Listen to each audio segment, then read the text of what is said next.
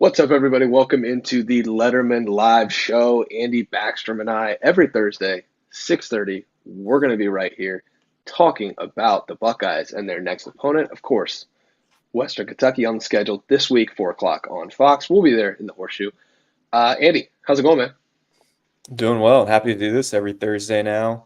Get this started up. Just talk some Ohio State, whoever they're playing every week. This matchup is is really exciting to me. Just so many weird stats that stick out about Western Kentucky. I mean, the amount of times they throw the ball 44 times per game.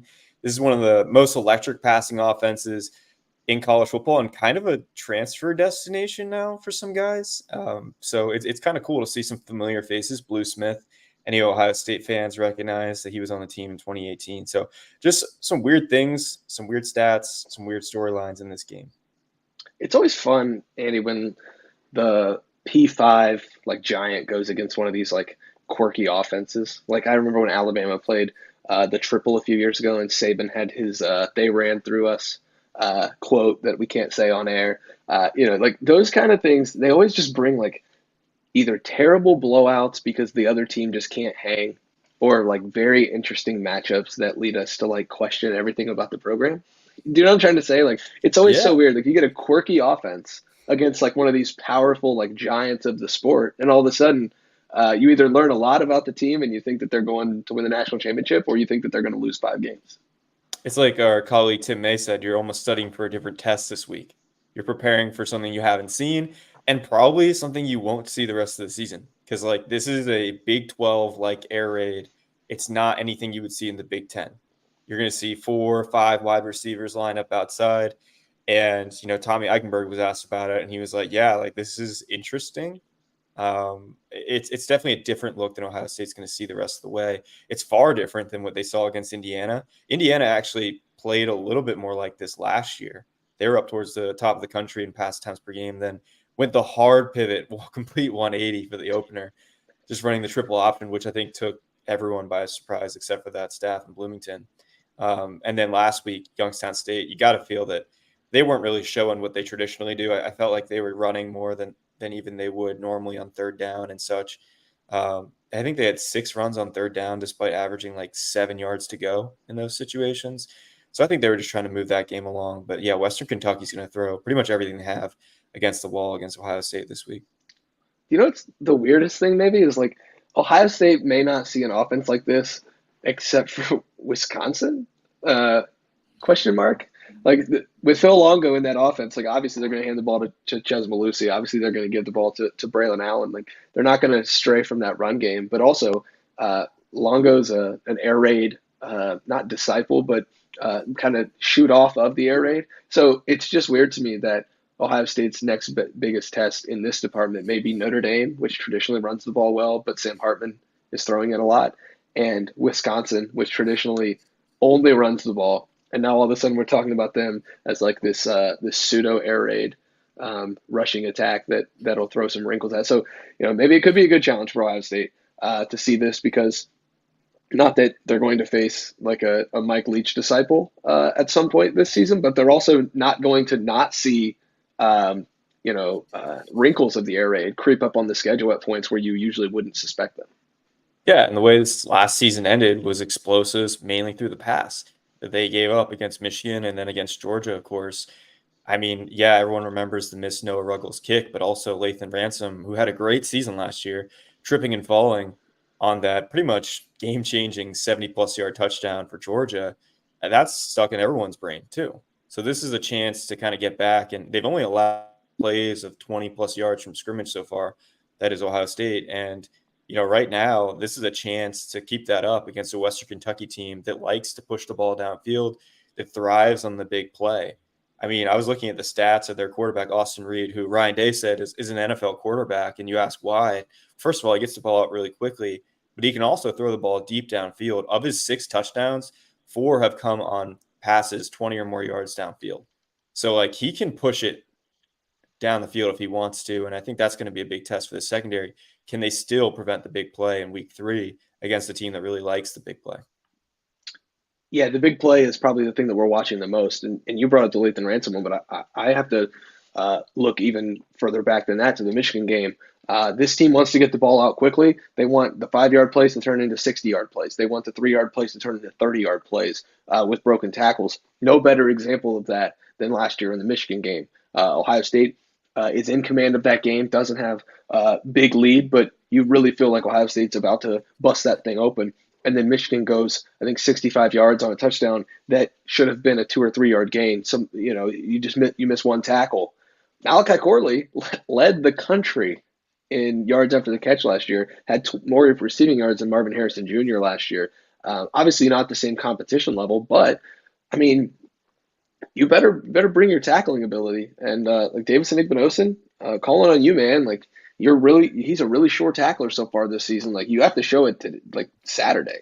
And Jordan Hancock from the slot, you got to be able to tackle in space. Denzel Burke, we haven't really questioned his tackling in 3 years, but like if you miss one tackle in this game, you're going to start questioning the tackling because it's going to cost you a touchdown the way that this team operates. Western Kentucky's not going to be afraid, to make a man miss just because there's 100,000 people watching. Like this is a program that goes and plays big boys all the time. Doesn't win these games, but if you're not careful in the secondary and you don't bring your tackling hat, I guess you're not willing to let the pads pop, they'll bite you, early and often. Yeah, they don't always win, but they kind of make it interesting. I mean, they've had Yeah. Indiana, they've given them fits the last couple of years, had a game in overtime a couple of years ago. And so they're ready for these kinds of games. Malachi Corley, who you mentioned, is really interesting because he lines up in the slot most of the time. I think 90.7% of his snaps last year were in the slot. So that's probably a Jordan Hancock thing, unless they move those corners around. We're expecting to see a lot of those 3 cornerback sets for Ohio. And we got our first extensive look at Jordan Hancock in the slot last week against Youngstown State, and he looked pretty good.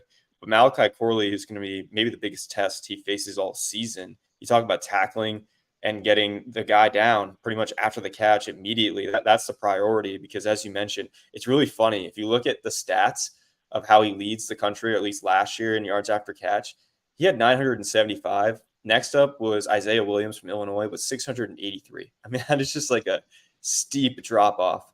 So he is a threat. He's 5'11", 210 pounds, and kind of runs like a running back once he has the ball in his hands.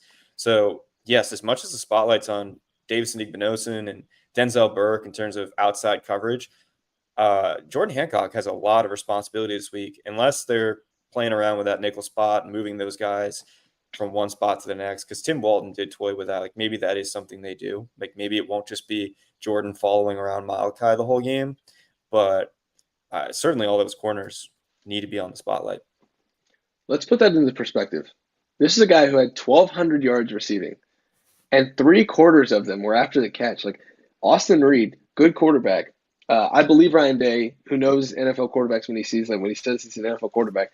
But this guy's air yards are not something that you would expect from the guy who leads the country in passing. Like 900 yards after the catch gives Austin Reed's air yardage like major downside when it comes to that stat. But it doesn't really matter as long as they're scoring the ball. And like you said for Ohio State, like I thought it was really interesting when Tim Walton was asked about the traveling corners. When Tim Walton was talking about whether they were going to have Denzel Burke follow him around or leave it to all three guys to handle responsibilities there. You're even going to get in situations, I would imagine, where Sonny Styles is going to be matched up on him in the slot because you're not going to take Sonny Styles off the field. Six can't just sit on the bench for the entire game. Like Jordan Hancock can't play every snap, and Sonny Styles can't sit every snap. So there's got to be a balance there of having all of these guys on the field. Josh Proctor too, if he's going to play, there's going to be matchups that Ohio State probably doesn't love with Malachi Corley, and that's where you just kind of. I think he's going to have some catches. You just kind of have to live with a couple catches there and get him to the ground when he does catch it. So those stats that are just absurd aren't piled up against you. They're piled up against the rest of Conference USA, and that's the biggest thing here. Is like just tackle. I don't know what else you have to say. Like if Ohio State tackles, I think it's going to hold Western Kentucky under 20 points. If Ohio State misses a couple tackles, you're going to be talking about an interesting game. Yeah, and it's not just Malachi Corley. I mean, he's the star of that unit, but Austin Reed's thrown 6 touchdowns so far, and every one of them has been to a different guy. So, yeah, I mean, at this point, you got to look at down the line, they've got 4 or 5 receivers you're probably going to see quite often. Easton Messer leads the team with 134 yards, 11 catches. Dalvin Smith, 107 yards, 9 catches. Blue Smith, I already mentioned, came over from Cincinnati after 4 seasons there. Previously was at Ohio State before that. He's got 8 catches, 88 yards, 1 touchdown.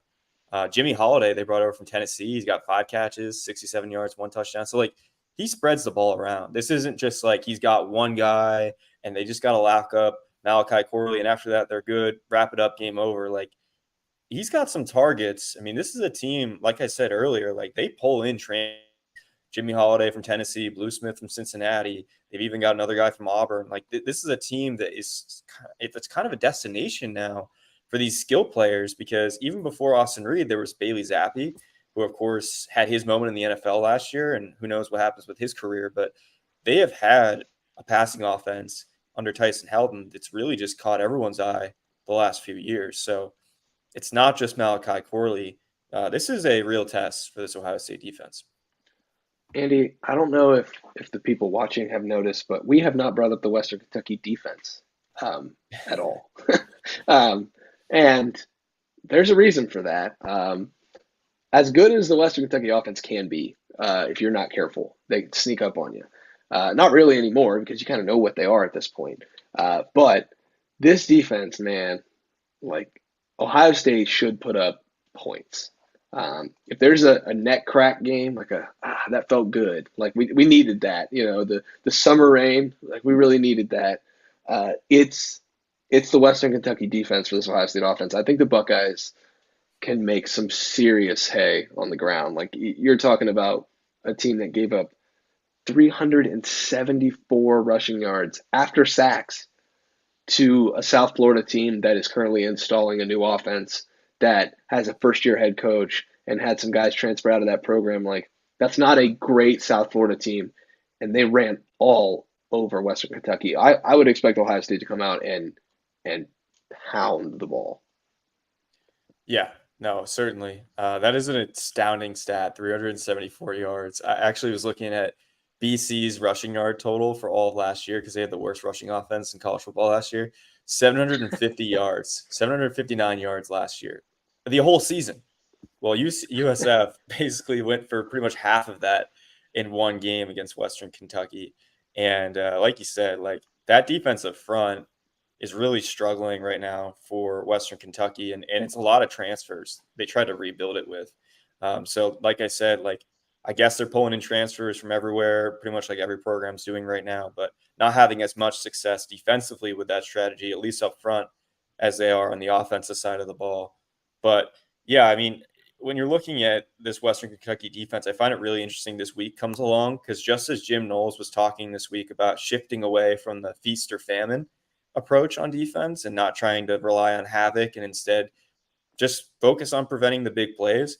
Well, Western Kentucky pretty much thrives on the feast or famine approach, and that's pretty much all they do. They led the country in takeaways last year with 32.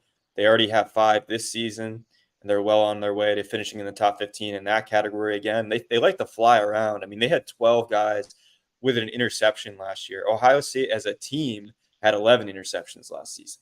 So, look, they might take the ball away, or at least they're going to try, but they're going to die trying. Like, they're going to take risks. They're going to try to create havoc. They're going to try to create those TFLs, pressures, sacks, interceptions, fumbles. And Ohio State needs to be on its A game, essentially, to get the ball out quickly, to get the ball out efficiently, and to make them pay when they do try to take those risks, jump routes, send a cover zero blitz. Like, there's got to be things that they take advantage of, because there will be easy touchdowns to be had on the field on Saturday. Yeah, if Ohio State gets a couple quick touchdowns with Travion Henderson, Dallin Hayden, or Mayan Williams, you could see a guy like a Dallin Hayden, Chris Reisner, fellow alum from my high school. Make sure to give a shout out there. Will Dallin Hayden get some carries this week? That's a great question. We haven't seen Dallin Hayden carry the ball yet this year. It's kind of nuts the way that he ended the year last year, and then does not have a carry yet this year. Through 2 games, that's a little bit of result of trying to spread the ball around with the clock rule that Ryan Day very obviously does not like. And it's taking some plays away from guys that he thinks deserve to play. But a lot of the times he's bringing up these guys who deserve to get the ball. It's a lot of wide receivers. It's Travion. It's Mayan. He hasn't really brought up those other running backs. He's brought up Chip a little bit. So it's just interesting to me that like these these running backs, they're all very good, yes. And I was even asked on the radio earlier today, will we see Dallin Hayden? So like people want to see him, but the bottom line is like, are there enough carries to go around? Because you want Cal McCord to get these throws, you want your receivers to eat because they're just so good. But Trayvon Henderson is really, really good. Mayan Williams is really good at this. Chip Trayanum's rise has made it so Dallin Hayden and Evan Pryor, not that they're not needed. You obviously need running backs, and you'll need them at some point this year, I imagine. But like, it's just not an easy thing to do. Spread the ball around to all of these guys. Andy, it's an unfortunate reality that is the college football game right now. Well, like last year was a curse and a blessing for this team because on one hand, you get 3 ball carriers to have over 100 carries, including Dallin Hayden, who, by the way, started the Peach Bowl against Georgia. I mean, talk about what people remember from last season. It's Dallin Hayden taking the first carry in that game, rushing for close to 50 yards and being a piece in that offense. Now you don't see him at all, and it's easy to ask the question, like, yeah, where is this guy? Where's number 5? Because he's a great player. But the problem is, like you said, they've got so much depth. And in a year where they're debuting this clock rule now where snaps are fewer than ever, it's hard to get everyone the ball. And, the beauty of this running back depth chart, not depth, to weather a few injuries. And that's what happened last year. The problem is when everyone's healthy, there's not enough carries to go around. And as much as they like Dallin Hayden and Evan Pryor, they just like these other 3 guys more clearly right now. I mean, Chip Trayanum is one of the biggest surprises in this entire roster. From Arizona State, where he played running back with the goal to play linebacker at Ohio State, and now is, at the moment, the second leading carrier for this Ohio State team in the rushing offense. I mean, that is a huge storyline. He's also their primary fullback at the moment, and you can't even really call him that because he does both. He is a ball carrier, but he also is a blocker. He's just so big and so versatile. So it is really interesting. It's a curse and a blessing. Like right now, it feels like they're not maximizing all that talent. But we know the running back position. There's going to be at least one injury this year. It just seems that that's always the case. And so it's good to have Dallin Hayden, Evan Pryor waiting in the wings. And by the way, next year, you have to think that Mayan Williams leaves for the NFL, tries to make a pro career. You have to think that maybe Travion, if he has a season we all expect him to have, he also leaves for the pros. And I don't know what Chip Trayanum would do, but he's running out of eligibility as well at a certain point. So that's when Dallin Hayden and Evan Pryor well.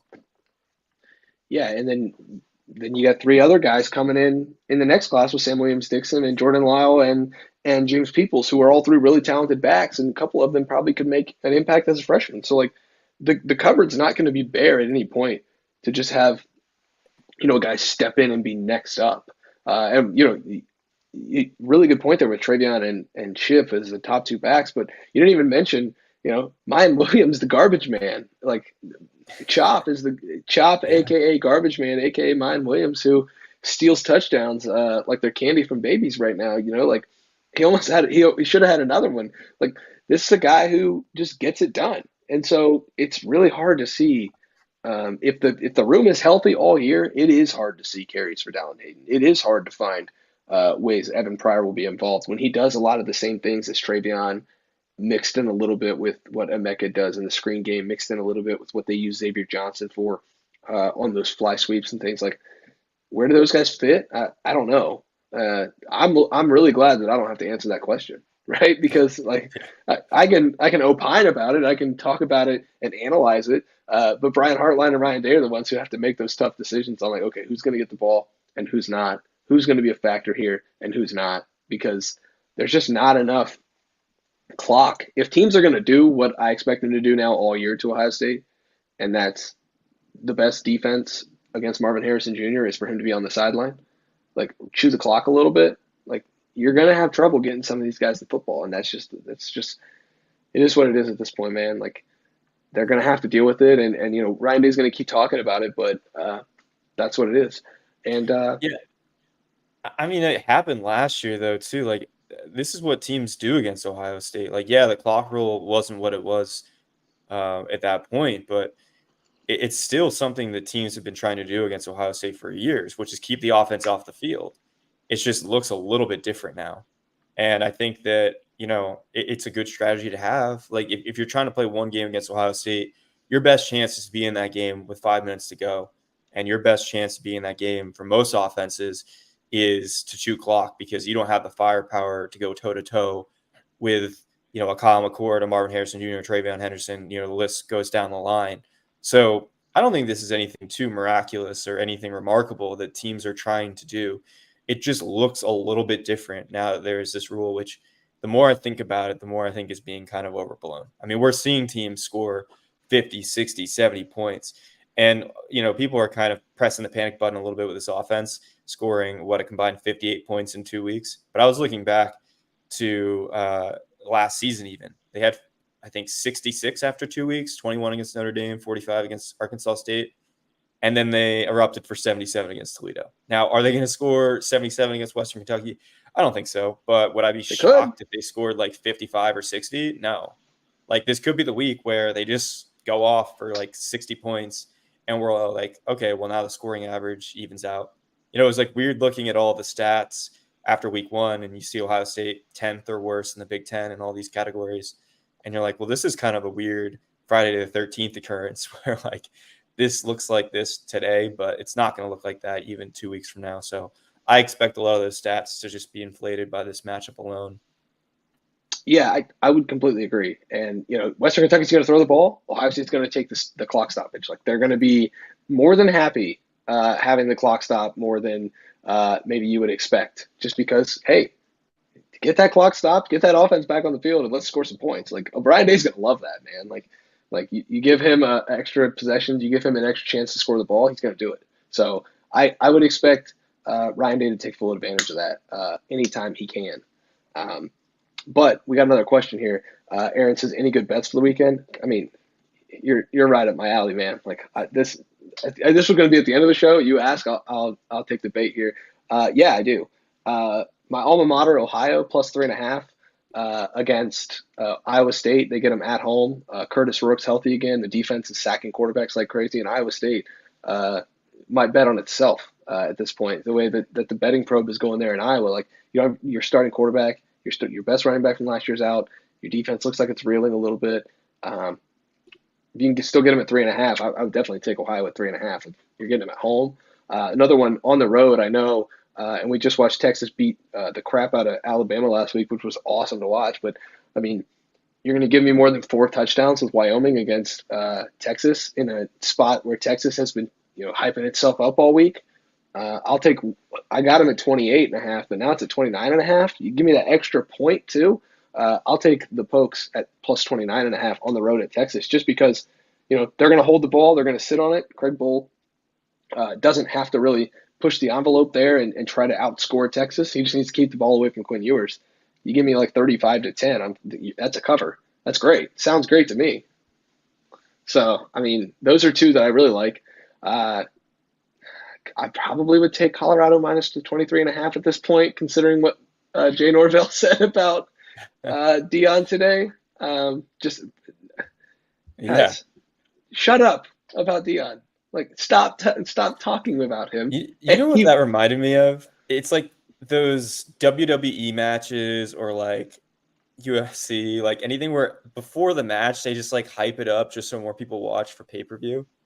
It just like feels like this was behind the scenes, like, hey, like let's hype this up.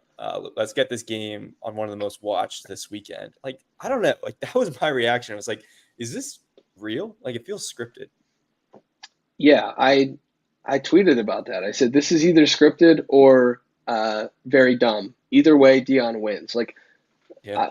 Okay, I guess I'll just really quickly, like, who wins from that other than Deion Sanders? Does it matter? I mean, that's a win for college football, right? Deion Sanders at this wins, point, it's a win for college football. At this point, it is just a win. Oh, and then, guys, Washington minus the 17. I don't care if it's on the road. I don't care if they play it on the moon. I'm not taking that Michigan State team for anything right now. That's my stance. But, I mean, we're not here to talk Michigan State. Go to Spartan Mag on three's Michigan State site. They do a great job over there covering the Spartans. If you want all the Michigan State stuff right now, it's a great time to be reading stuff over there. They're covering that scandal. Oh, yeah. But Some big stuff I there. would take Washington minus the 17. I don't think Michigan State's going to be able to hang. Uh, would you take Indiana plus 10.5 against Louisville? Like, I don't know. Bad one I to think look at. so. The way that I do these things is like maybe this is dumb, but like I think Louisville's a good first leg of a parlay builder because I think Louisville's going to win regardless. But that Indiana defense, man, like give Yeah, them that's what I'm some saying. flowers. That they're doing a good job, and if they keep the ball away from a Jeff Brom offense, they know all about the Jeff Brom offense. Like you give them an offense that they've seen against Purdue for the last few years, they know exactly what's coming. So yeah, I mean that 10.5 is looking a little juicy. I may have to partake. Not gonna say for sure. I'll have to run it through the Spencer Lytics there on the back end and see what it throws out at me. But yeah, I didn't expect to come into this season in week 3 already betting the Hoosiers. I was probably assuming I'd be fading the Hoosiers, but after a good showing a couple weeks ago, you never know what they're going to throw at you. So They're a bowl uh, team, according to Josh Fryer. Josh Fryer says they're a bowl team. We have no choice but to believe him. Andy, we're going to get back on topic here. As much as I love talking about gambling and sports betting with college football, like it's fun, but this game, no betting lines for this game yet. Not going to do it. We'll have Spencer's sheet on Friday. We're 0-4. We're going to go 4-0. Got 4 picks that Spencer Lytics threw out at me. Got 4 picks for tomorrow to release to the public. They can feast on those. We'll get back to 500 and go into the Notre Dame game feeling pretty good about ourselves. But those can wait until tomorrow. Now we got keys to the game. Andy, I'll throw it to you first. Keys to the game: Ohio State, Western Kentucky. What is the number one thing Ohio State has to accomplish to win this game? Yeah, I would say, like almost we were talking like, oh, Ohio State wants the clock. Ohio State wants the clock. They don't want, they obviously want the number of plays they want to run to get the guys in that they want to get in. They also want to win this game pretty handily. And one way to do that is just to start on the ground and get things going for this offensive line that needs to be more violent, according to offensive line coach Justin Fry. I think that's something that everyone wants to see. Is this offensive line maul some people? Like we didn't see it last week against Youngstown State, and that's an FCS line. I think there was a lot of disappointment among the team, among fans, and understandably so. I think a key to this game is setting a tone early on the offensive line. We've seen them be good in protection, but I want to see them be good blocking for the run because that's going to be so critical the next week against Notre Dame. Notre Dame has one of the most physical teams in the country right now. That offensive line is maybe one of the best, but that defensive line is no slouch either. So this is a good opportunity for Ohio State to get the things going on the offensive line and specifically in the run blocking department. Yeah, I agree, Andy. I think that if Ohio State's going to win this game and do a good job in the process, it's going to have to establish the run at every turn. Like you have to be able to run the football on a team like this. Like no excuses, no excuses. Yeah, absolutely. And I also think that another key is the secondary, right? Because this pass defense is going to be, as I said before, like underneath a microscope. Because right now you had 2 matchups against teams that really didn't try to throw the ball too much. Yeah, there was that one play on the first drive for Youngstown State where Cam Martinez got beat downfield for I think it was Max Tomczak that beat him downfield for a 36-yard completion. But otherwise, the secondary really hasn't been tested too much downfield. Denzel Burke has looked spectacular through 2 weeks. What does he do against this Western Kentucky team that's going to be split 4 or 5 out wide? Jordan Hancock, we mentioned already. How is he going to do in the slot? Is he going to be the guy covering Malachi Corley? And then Davis Benosen, we talked about how important it is to tackle these guys, these receivers, because they're probably going to get their catches. Well, they got to tackle them in space. And Davis Benosen has 9 tackles so far, 8 have been solos. Can he keep that up and help this defensive backfield in that department? Yeah, if Davison's tackling, Ohio State's going to have a good time. That's I might take that as like a principle all year. Like this guy is so like ferocious. Like I was okay with was it him that had the offside penalty because he tried to stuff the wide receiver at the line? I mean, he was close there. Yeah, They got yeah. him to jump. Like I'm okay with that once against Youngstown State, not against like Michigan or Penn State. Don't do that. But like against Youngstown State, like it shows the aggression. And if you tell me that a corner is that aggressive, I'll take that all the time. And Jim Knowles will definitely take that. He loves aggressive corners as long as when he needs to, he keeps the ball in front of him. And when Denzel Burke can do a little bit more of the finesse stuff and run with the wide receivers deep down the field, I think Davison's main objective is to keep the ball in front of him because he knows he's a short tackler, and that's okay. That's two different styles of cornerback. But Davison's tackling, this team's going to be hard to score on the edge because Denzel is going to lock down one side of the field. I'm getting there. Like I'm almost that confident that he's going to be able to do it. And then if you've got Davison tackling on the other side, you really feel good about your cornerbacks. And if Jordan Hancock's in the slot, I think you feel good about all three cornerbacks. Like that's a room that you can really get behind and play some defense with. Yeah, with Denzel, right? Like it's not just a 2 game sample size. He finished last season pretty strong. At this point, last season he had already given up 7 catches, and that's when the questions were starting to be raised after a strong freshman year. Like, is this a sophomore slump? What is this? Obviously, there was some injury factor there to what was happening last season. Really, this whole cornerback room, but especially Denzel, ended up missing a game later that season with a hand injury. And so, but there were other stuff he was dealing with. And now you look at the sample size of the end of last season, really the final 6-7 games, plus the 2 games we've seen so far and the offseason he has. Yeah, I don't think it's out of this question to say that he can be a shutdown corner. I think we'll know even more after this week and then even after the next week against Notre Dame. But going to the bye week, I think you'll have a pretty good idea of what kind of cornerback you have in Denzel Burke in terms of like what kind of NFL prospect he is. Because it's been a Yeah. while since Ohio State's had a first-round guy go at corner. And I think that Denzel Burke at this moment, like the next one to fall in that line. Yeah, I would agree with that. He's getting there, and he showed up on some draft boards early in the offseason and then kind of faded away as other guys. You start to look down the list of okay draft eligible corners who could be there. But I'll be honest with you, like I'm not trying to throw some guy under the bus, but I watched Denzel have that pick. I know against Youngstown State guys. I completely understand, and what I'm about to say probably come off as like scarlet and gray glasses, like to the max. You tell me Denzel Burke is not as good as Kool Aid McKinstry after what I saw against Texas on Saturday? Like, I want to see Denzel against good receivers. I'm going to see him against a good receiver on Saturday who, I think the best draft analyst, Dane Brugler, Malachi Corley's up in his, top 15 or so wide receivers. That means he's going to be a top 3 or 4 round pick. Okay, Denzel, go show you can do that because Kool-Aid struggled against Xavier Worthy and those receivers. So if Denzel shows that he's pretty good against Western Kentucky and then goes to Notre Dame and is good against 6'3", 6'4" receivers that they have because they don't have a lot of speed, they have the bigger wide receivers. I'm going to start to consider Denzel among the best corners in the country. I will feel confident in doing so. He's looked that good so far, and he's building confidence. And the first 2 games were perfect confidence builders for him to get to the point where he faces better receivers. And by the end of the season, when he's defending Roman Wilson and Keandre Lambert-Smith and Chris Autman-Bell, if he's healthy at Minnesota at the end of the year, or Xavier Worthy in Texas, who knows now? You could face them at some point. Like I'll be confident in the way that Denzel can defend people. Yeah, I think like as we said, like he's getting there, right?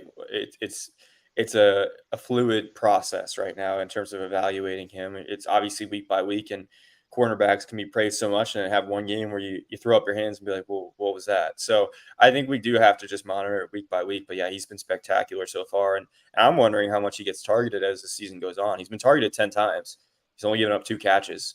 Um, the targets have already been going more Davidson Ipanoson's way. Do we see that even more skewed as the weeks go on? Like our team's going to stop throwing at Denzel Burke.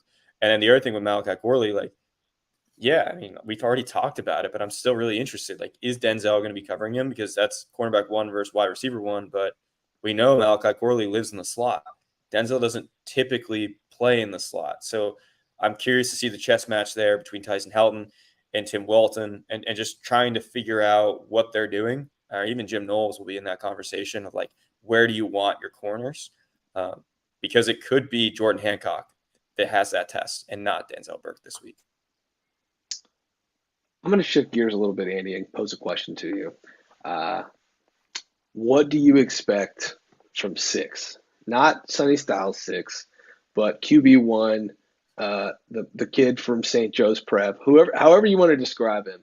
Kyle McCord is getting the keys to this offense officially for the first time.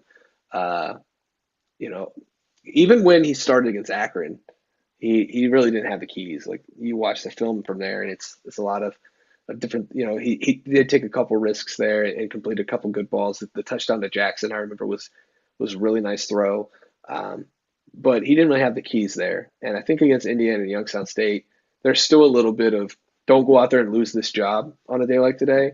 Don't press, don't make the mistakes that are gonna let Devin creep back into this thing. And I think now he can really settle in. He got a lot of the reps the first team this week, and it can be his team. So I'm asking you, what do you expect from Kyle this week?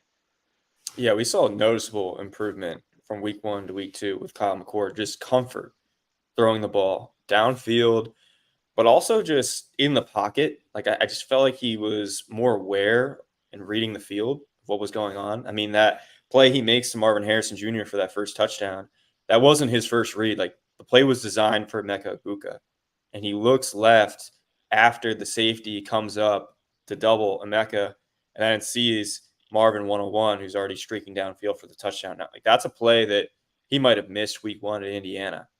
I think with that jump from week 1 to week 2, that's got to be the most encouraging thing for Ohio State fans, because now you're looking at a potential bigger jump from week 2 to week 3, and you're thinking he's probably going to play close to the full game. I mean, ideally, I guess Ohio State has this game in the bag by third quarter, mid second quarter. So maybe you see him play 3 quarters, but still, you're going to see him play consecutive drives, maybe 6, 7, 8 consecutive drives at the very least. And that gives him a chance to build some rhythm with the receivers that he already clearly has, but not being taken out on the 4th series of the game like he has been in the last 2 games, I think will only help him. Like I think that he's just going to continue to grow. I'm not concerned about Kyle McCord in this game. I think that if anything, there's a bigger conversation to be had about the Notre Dame game. I still wouldn't even say I'm concerned about that one. It's just that with this week, I think this is a week where he starts popping up on the Heisman Trophy lists, and he starts popping up on, like, oh, could he be the next Ohio State guy? I think the narrative will start after this week. I expect them to have that kind of game where people start realizing, like, okay, he's part of this progression. Yeah, I mean, you spend a few years developing in Ryan Day's offense, and I think that's a logical step. I don't. It's weird because I don't want to put that on him yet, just because like let him be his own player, and from there go try to do those kind of things. But like right now, as I am talking, looking it up, Kyle McCord is plus 4,000 to win the Heisman on FanDuel Sportsbook. Like Aaron, plus 4,000. Like I don't know. Like he's gonna put up some really cool numbers, and it's gonna go to Emeka Ibuka and Julian Fleming and Marvin Harrison Jr. It's not just gonna go to Marvin Harrison Jr. And like one of the things that I thought was really cool Wednesday on the Woody. Give the folks a little peek behind the curtain here. Like, we were talking to Emeka Ibuka, and I kind of remember back to 2021. Emeka said, "Well, that was my roommate freshman year." And oh yeah, like those guys room together. Like they have really good chemistry. And all of the chatter about, well, Marvin and him played in high school together. Of course they did. Like you can just look that up on3's recruiting database and see like, okay, they're both from Philadelphia. They're both from St. Joe's Prep. Like they linked up for 3 state titles. But Kyle McCord already had that chemistry with Marvin when he got here. He didn't even have to develop it. He spent the last 2 years and change developing that with Emeka Ibuka, working with Julian Fleming to get to the level where, okay, when I become quarterback 1, I'm going to already have that chemistry with these guys, so it doesn't take any time to develop that. I think that's really important, but I also thought it was a cool, little tidbit there that Emeka reminded us all. Like that was my roommate freshman year. Like I know how he ticks, I know how he works, I know what he likes. To be able to to go out there and execute at a high level in the first couple games of the new quarterback, like it does show the work that these guys have put in together. And I think, with the more first team reps that Kyle's going to get, the sky is the limit for him. And like you said, you're expected to be a Heisman Trophy finalist at this point. And so now the task is there for you to go do it. And there's only one thing left to do, and that's go do it. Yeah. And back to your point about Emeka and the chemistry, like Mick Marotti, I remember him saying this summer when he got to speak to the media, this group of class of 2021 guys, not just Marvin, because we all know he spends all the time in the Woody, basically sleeps there with the Monarch machine. But it was not only Marvin, but also Emeka and Kyle that were all getting there as early enrollees in January of that year. They kind of had to be told, like, hey, pump the brakes a little bit. Like, already, as soon as they got there, they were running real routes, not just tossing the ball around, talking. Like, they were running routes together. And I think people kind of forget, like, how long Kyle's been there. Like, I know he has been taking first team reps with Emeka Egbuka and Martin Harrison Jr. like last season. But I mean, that chemistry often doesn't go away. It's kind of like riding a bike, I would think. You get back on and eventually things start to click again. And it does take game reps. Like, let's be real. Like, there have been missed throws week 1 and week 2 for Kyle McCord. When you look at his 6 drives last week, you probably should score 5 or 6 touchdowns on those drives. So he's not perfect by any means. I don't think he's a Heisman finalist at this moment. I just think that the kind of progression you saw from week 1 to week 2 leads you to think that if he makes that for week 3 to week 4 or week 2 to week 3, like at a certain point, he's definitely going to be in that group. So the way things are trending is positive for him. Now, that means he's got to continue to do it, and he needs to continue to be efficient. And I think that's what I'm going to be looking for this week. But let's also remember, like, if he is going to push and become that next Ohio State quarterback that ends up in New York, Sam Hartman right now is near the top of Heisman boards. Drew Aller is one of those guys, like, hey, you might want to throw some money on him. Like, maybe he could be a sleeper right now as a dark horse guy. You're going to face him in October. J.J. McCarthy, you're going to see at the end of November. This schedule sets up once a month. If he continues to get better, he has a chance to beat a fellow Heisman Trophy candidate once a month, every month for the entire season. Not many people get to do that. It's Sam Hartman, September 23rd. It's Drew Aller, October 21st. And then it's Michigan and J.J. McCarthy, November 25th. It sets up perfectly for him to progress and continue to get better and show I'm the best quarterback on the field every game I play. And he's got the talent to do it. He's got to obviously continue to get better. But if I see the growth from game 2 to game 3 that I saw from game 1 to game 2, I'm going to feel really good about this offense heading to South Bend. And then you got to talk about the defense against Sam Hartman. But I'm going to feel pretty good about this offense heading to South Bend if Kyle McCord shows the growth that's needed, to make me feel that way about this offense. Yeah, there's certain penalties you look at in the past 2 games that have wiped some points off the board, and then there's also some, missed assignments here and there at the point of attack for the offensive line. You look at that, and that's maybe a few more touchdowns. Like, yeah, they only scored 35 points against Youngstown State, but it could have been 42 very easily. According to Ryan Day, it should have been, with the Big Ten officials telling him that was not a holding penalty on the Mayan Williams touchdown that was called back. And you look at the previous week against Indiana. Well, he was also told by Big Ten officials that, well, hey, the touchdown to Marvin Harrison Jr. should have counted because that was not actually illegal touching. He was forced out of bounds before he went back in. So I think that there's certain things right now. The perception is that this offense is kind of clunky, and it has been at times. Like, let's be real. There have been drives where they should be staying on the field and orchestrating a scoring drive, and they haven't. So there are things to work out. But it's been better than what it would seem to be on paper if you're just looking at the box scores or you're following along on the ticker, or you're just looking back and saying, well, how do we only get 35 or how do we only get 23 if you're a fan watching this team? There's a lot to like with this offense. I still think I'm waiting on this defense. Like, I'm not fully sold yet on this defense. Like I think that the way things ended last year was catastrophic. The way things have started this year is very promising for Ohio State fans. But we have yet to see a true test, and it starts this week. And if there's even the faintest indication of stuff that happened last year with the explosive plays, immediately your antenna needs to go up. Yeah. Andy, would you feel better about this team right now if it was 30-3 and 42-7 than how you feel about 23-3 and 35-7? Everyone would. I mean, I don't know if they fall in the polls like that. I mean, they've slipped back-to-back weeks in the AP poll. And as much as, coaches say, like, we just got to win the game, I agree with that. But in college, there is almost this added element of style points. You got to win big against these teams you're supposed to win big against because you will fall in the polls. And yeah, ultimately the college football playoff matters more in terms of that ranking than the AP poll right now. But let's be clear, like there's also style points in those rankings too. You got to beat teams and you got to beat them big at this point in the season. And that's why every game matters. People have often said to me, like, well, Ohio State plays a 4-game regular season. There's only these games that matter. No, all of them matter. We've seen that these first 2 weeks. There's a reason why Ohio State is not being mentioned in the bowl projections in the college football playoff. There's a reason why they're number 6 in the AP poll and not number 4, number 3, or number 2. It's because they have not been as efficient on third down in the red zone as they have been traditionally under Ryan Day. And that's why a game like this against Western Kentucky matters, because they need to prove at some point that they can be that efficient.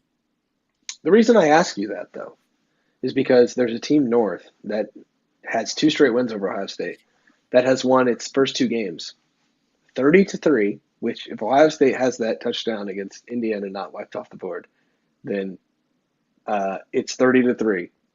And then they beat their second opponent, East Carolina, 35-7. Ohio State beat its second opponent 35-7. There's a reality where both teams have the same 2 scores, but Michigan's remains number 2 because the way they've done that 30-3 and that 35-7 looks different than the way Ohio State's done it. And they've got the quarterback and they've got the defense and they've got the wins over Ohio State. So it's just interesting that there are 2 different ways to win 35-7. There are 2 different ways to win 23-3 or 30-3. And that's who you're compared to now. So it's that's just the way it is. As we move along here, one of the places that they have to be better in, it's not negotiable for me, is the defensive ends. JT Tuimoloau, Jack Sawyer, little sneak preview of my bold prediction on Lettermen Row for Friday. I think this is going to be a big JT Tuimoloau game, and it's not because of sacks.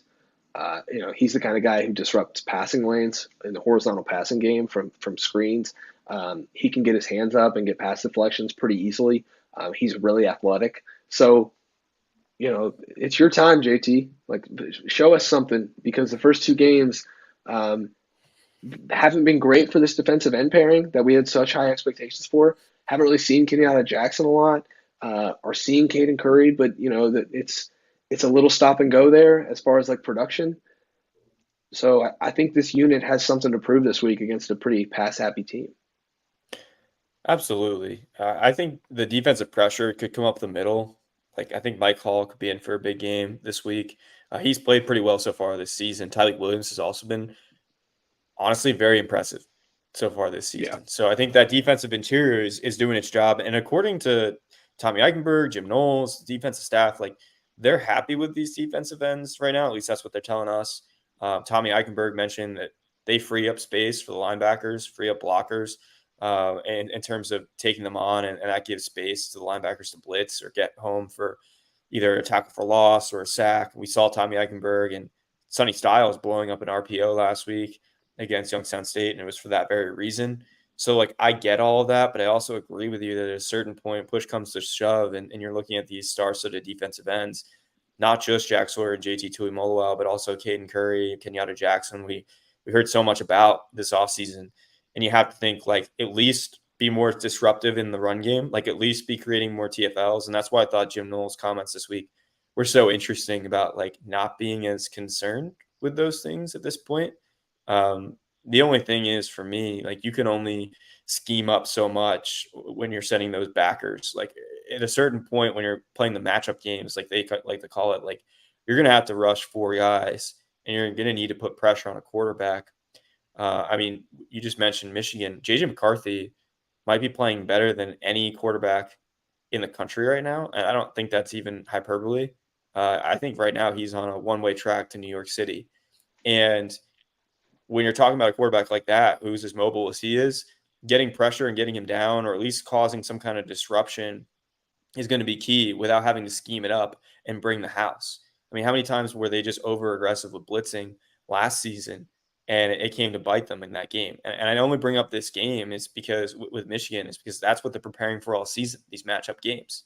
And so you can't just expect the defensive ends to flip it on when it matters most. Like I agree with you. Like you got to see some production in games like this.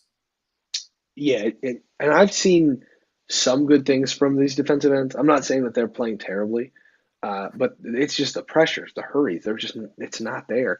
And I will be first to admit that it is quick passing game that's killed them, and it's an Indiana team that didn't want to score the football. As I've been saying the last couple of weeks, like Indiana did not try to score against Ohio State. I'm convinced. Like the punt from midfield was cowardly. Shame on you, Tom Allen. Like the way that they operated their offense, just all day, timid and not really interested in finding the end zone or even sniffing the end zone. So they didn't drop back to pass. They did everything out of a triple option look. You had to account for the running back. You had to account for the pitch play. You had to account for the dive. Like these defensive ends played really well in that game. JT Tuimoloau was on assignment, all game with quarterback. But then you saw him crash down on the quarterback too often against Youngstown State, and really wasn't effective against the run because it was almost a little, recklessly going, crashing into the line. And maybe that was by design with what they saw on film. But they didn't stop the run as well as they could have. So against the run, they've been okay. But against the pass, like you have to get more pressures, and I think that it's as plain and simple as that. Like you have to get pressure so you don't have to bring Tommy Eichenberg and Steel Chambers on every 3rd and 6, because I think that's part of the problem right now is they're bringing these linebackers, and that's not allowing them to get off the field on 3rd down. Yeah, I mean, on 3rd down in general, this team has been really disappointing for this entire staff. Like they're last in the Big Ten in 3rd down conversion rate offensively, and then they're also near the bottom in defensive 3rd down conversion rate in terms of what they've allowed. And when you're looking at the possessions and all of the much they talked about the clock is making an impact. Well, it's also just not getting off the field. Look, they're allowing teams to convert 40% of the time on 3rd down, which is 11th in the Big Ten and tied for 72nd nationally. On the flip side, they're only converting 30.43% of the time on 3rd down, which is 14th in the Big Ten and 114th nationally. If you're talking about efficiency, that is pretty darn inefficient on both sides of the ball. That's got to be a key to this game, is starting to push that needle in the right direction of being able to get off the field on 3rd down on defense and able to keep drives going on offense. Because as I said before, as impressive as Kyle McCord was, you can't look past the fact that they had 6 drives with him in and only 3 touchdowns against a Youngstown State team. Like that isn't really acceptable. Like that's got to be close to 5 or 6. If you look back to all these games against FCS teams, not even FCS teams, they barely play those, but FBS teams that are group of 5, MAC teams, they're scoring touchdowns almost every drive. And that has to be the standard for Ohio State. Completely agree. You didn't know you needed an hour on Ohio State, Western Kentucky, but you needed an hour on Ohio State, Western Kentucky. It's only been 53 minutes. We're still here for 7 more minutes. If you got a question, drop it below in the comments. We'll make sure to take care of that. Andy, before we get out of here, loaded slate this week. I mean, we had trouble narrowing down the games, like just so many. No, really, there's no such thing as a bad college football weekend. But if there was, Andy, I may consider this week to be a bad college football weekend. But there's no such thing. So I ask you, before we get out of here, you got anything you're looking forward to seeing? Non-Ohio State. We'll be at the Horseshoe, but we will be there. I'm kind of just going the calendar right now, and tonight we get Miami, Bethune-Cookman. I'm not going to be watching that game. I will be watching, see how many points that Miami scores because they only put up 38 against Miami, Ohio that first week. I think the line is at something like, I don't know, it was like close to 60 last time I checked. So yeah, I'd be surprised if they get there, but Tyler Van Dyke has always been a kind of confusing player to me. I never really know what you're going to get there with Miami. Navy also plays Memphis tonight. Friday night, I think Virginia, Maryland could be fun. I think that's a game where like Maryland, I think is one of those surprise Big Ten teams who could win 7 or 8 games this year. And I don't think they have a threat of beating Ohio State in Columbus and College Park. They seem to like to make things interesting, but that should be a fun game. By the way, UVA just started their first true freshman at quarterback in a home opener since 1977. So I like when teams do that. Like you're embracing, you might be pretty bad, but at least like let a young guy play, see what you Mhm. have in the future of your team. Like obviously that program's been through a lot, and you have to just wish for the best for all the families and the players of that team. Just the tragedy they had to go through last year. It's just nice to see like some cool storylines like that. Yeah, the Terps are interesting, man. They get down 14-0 to Charlotte last week. Man, like you can't do that, Terps. You're playing on the big NBC, like big NBC, like NBC4 in Columbus. Like you're playing on. It's not on Peacock. You're not on the cock. And you still get down 14-0. Like that's bad, man. Like go out and take care of business against Virginia. I'm watching Andy. I'm not watching Andy. Right now I am because we're on the show together. But I'm watching East Carolina app. G5 guy here, G5 grad. Um, ECU app is going to be fun, man. You get those regional games. The coastal East Carolina guys against going to Boone, one of the best places in college football. I haven't been there. It's like on the top of the bucket list is going to Boone for a game like mid-October, getting the leaves changing, drink some beer. But like that game just sounds fun to me. Um, Yeah.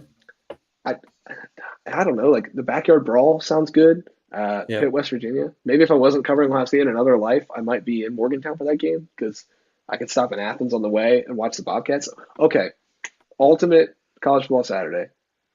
You uh, listen to the voice of the Buckeyes, Paul Keels, in front of the show, uh, on your drive uh, from Athens at noon for Ohio, Iowa State. Drive down to Morgantown while listening to the Ohio State game on the radio, and then catch the backyard brawl. Oh man, like man, Yeah. sorry, Lettermen Row. You can cover this. You can do this Western Kentucky game without me. I might have to make that my Saturday. But all jokes aside, like the backyard brawl is always fun, and to get it this weekend is going to be a great time. Yeah. I have to mention BC playing Florida State. It's a red bandana game, which if you guys don't know, that's always a really iconic moment for BC, recognizing Wells Crowther, who died saving lives in the World Trade Center attacks back in 9/11. So I think it's nice they lined up the game this year close to September 11th. In years past, sometimes they push it off in October, November. It's nice that it actually lines up with that day, and they're playing Florida State, who's number 3 in the country. It looks like Hurricane Lee's gonna miss them a little bit. So fortunately, it doesn't seem like weather's gonna impact that game as much. But that's always one to tune in for, if nothing else, just to hear more about the story of Wells Crowther, to see the red bandana uniforms, which I always think are pretty cool, and I guess to watch some Florida State to see if they can keep going on this, I guess run for a national title. It seems early to call that, but I had them as my national title pick, so I guess I got to say it. Another game before we get out of here. I think Georgia, South Carolina could be fun. I don't know how close it's going to be for how long, but could be fun. SEC. The I don't know. I know you're not a big Shane Beamer, South Carolina guy, but it could be an interesting storyline. when South Carolina has the ball, whoever's showing that game needs to put a not safe for work mature audiences only tag on that because South Carolina gave up 9 sacks to North Carolina. What is Georgia going to do to that front? Oh my god. Like you said, before really quickly before we get out of here, Alabama's going to South Florida. Like, what are we doing? That's so crazy to me. San Diego State playing Oregon State. Give me all the Beavs content. That's going to be fun. And San Diego State's a good team. They beat my Bobcats week 1 when they had a backup quarterback. So, and then last but not least, Minnesota, North Carolina, clash of styles. If I've ever seen a clash of styles, you got the maroon and gold. I think I'm colorblind. Going against powder blue in Keenan, like at Keenan Stadium in Chapel Hill, like that should be really fun. So Drake May against a good Joe Rossi defense, like Yeah, sign me up. I'll watch that. Like that'd be fun. Yeah, there's some better games than maybe we first thought. If you look through, I mean, there's some games that should have been better than they are, like Tennessee, Florida, in another year. You go back a couple of years, maybe that's more entertaining. So there's some like regional conference games that normally would be appealing that maybe will be more interesting than we think. But the most interesting game of them all is Ohio State, Western Kentucky in the Horseshoe. On Fox if you can't make it, in the Horseshoe if you can, 4 o'clock on Saturday. Andy Backstrom will be there. Spencer Holbrook, that's me. I will be there. But for Andy, I'm just Spencer. Twitter handles are on the screen if you need to get a hold of us. The content is all at Lettermen Row. Go there right now. Become a Lettermen Row member. $1 for 1 month. I think we got a deal coming for the Notre Dame game. That should be fun. So if you don't have a membership, you can get one next week. But again, for Andy, I'm Spencer. Thanks for watching. Thanks for joining us on the first edition of Lettermen Live Thursdays. We'll see you guys back here next Thursday. For now, go enjoy Memphis and Navy, and we will see you in the Horseshoe on Saturday.